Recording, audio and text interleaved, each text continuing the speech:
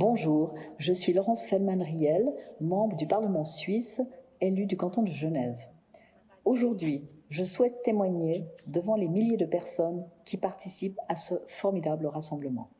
Je connais le Conseil national de la résistance et sa présidente élue, Mariam Rajavi, depuis de nombreuses années et je leur apporte toute ma solidarité. Durant plusieurs années, j'ai été témoin des activités de la résistance à travers le monde et en particulier à Genève, où de nombreux militantes et militants ont souvent manifesté devant l'ONU. J'ai vu comment les militantes et les militants ont résisté aux attaques du régime des Mollahs sous les bombardements, à l'époque à Ashraf, ainsi qu'aux campagnes de diabolisation et aux attentats terroristes. Je mentionne en particulier l'attentat manqué de juin 2019 lors du meeting de Villepinte où j'étais présente avec une délégation suisse. Je me suis aussi rendue en Albanie, à Tirana, et j'ai pu visiter Ashraf III et j'ai été vraiment admirative de l'engagement, en particulier des femmes, de la résistance iranienne. Je suis témoin des combats de Mariam Rajavi pour surmonter les obstacles et les facteurs qui s'opposent à l'instauration de la liberté en Iran. Je suis témoin des nombreux obstacles qui se dressent sur son chemin. Malgré toutes ces difficultés, elle n'abandonne jamais. Avec le mouvement de résistance, elle travaille avec courage pour réaliser les aspirations des Iraniens à la liberté et à la démocratie. Le régime des Mollahs est au pouvoir depuis 42 ans. Il s'est livré à de nombreux crimes au nom de la religion. Une femme a tenu tête à ce pouvoir misogyne et surtout a ouvert la voie à des milliers de femmes pour lutter dans ce sens. C'est une grande leçon pour nous.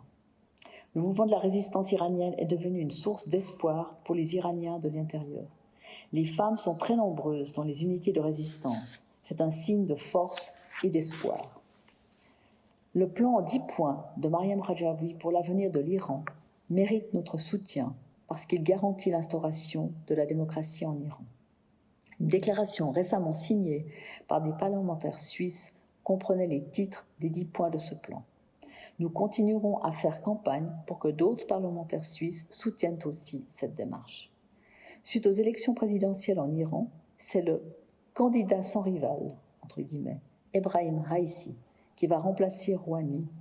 Interrogé sur son rôle dans le massacre de masse de 1988, Ebrahim Raïssi a déclaré effrontément, je cite, « Depuis le début de ma carrière de juriste, j'ai toujours défendu les droits humains du peuple.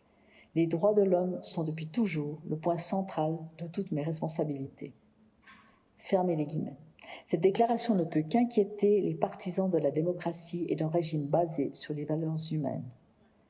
Agnès Callamard, la secrétaire générale d'Amnesty International, a réagi à l'annonce de l'élection d'Ebrahim Raïssi en déclarant, je cite, « Le fait qu'Ebrahim Raïssi se soit hissé à la présidence au lieu de faire l'objet d'une enquête pour crimes contre l'humanité est un sinistre rappel que l'impunité règne en maître en Iran. » Fermez les guillemets.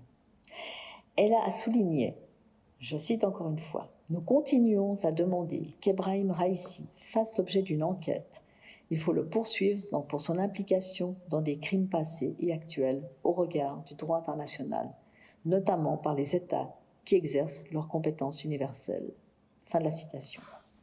Pour conclure, j'appelle le gouvernement suisse et les autres pays européens à cesser la politique de complaisance avec ce régime et à adopter une position ferme face à cette autocratie.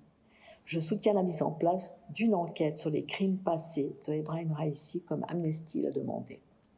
Une fois encore, je salue les efforts de Mme Mariam Rajavi et de sa résistance et souhaite vivement qu'un nouveau régime basé sur la démocratie, la laïcité, l'égalité entre femmes et hommes et la liberté s'impose en Iran dans un proche avenir. Je vous remercie de votre attention et vous souhaite une fructueuse rencontre.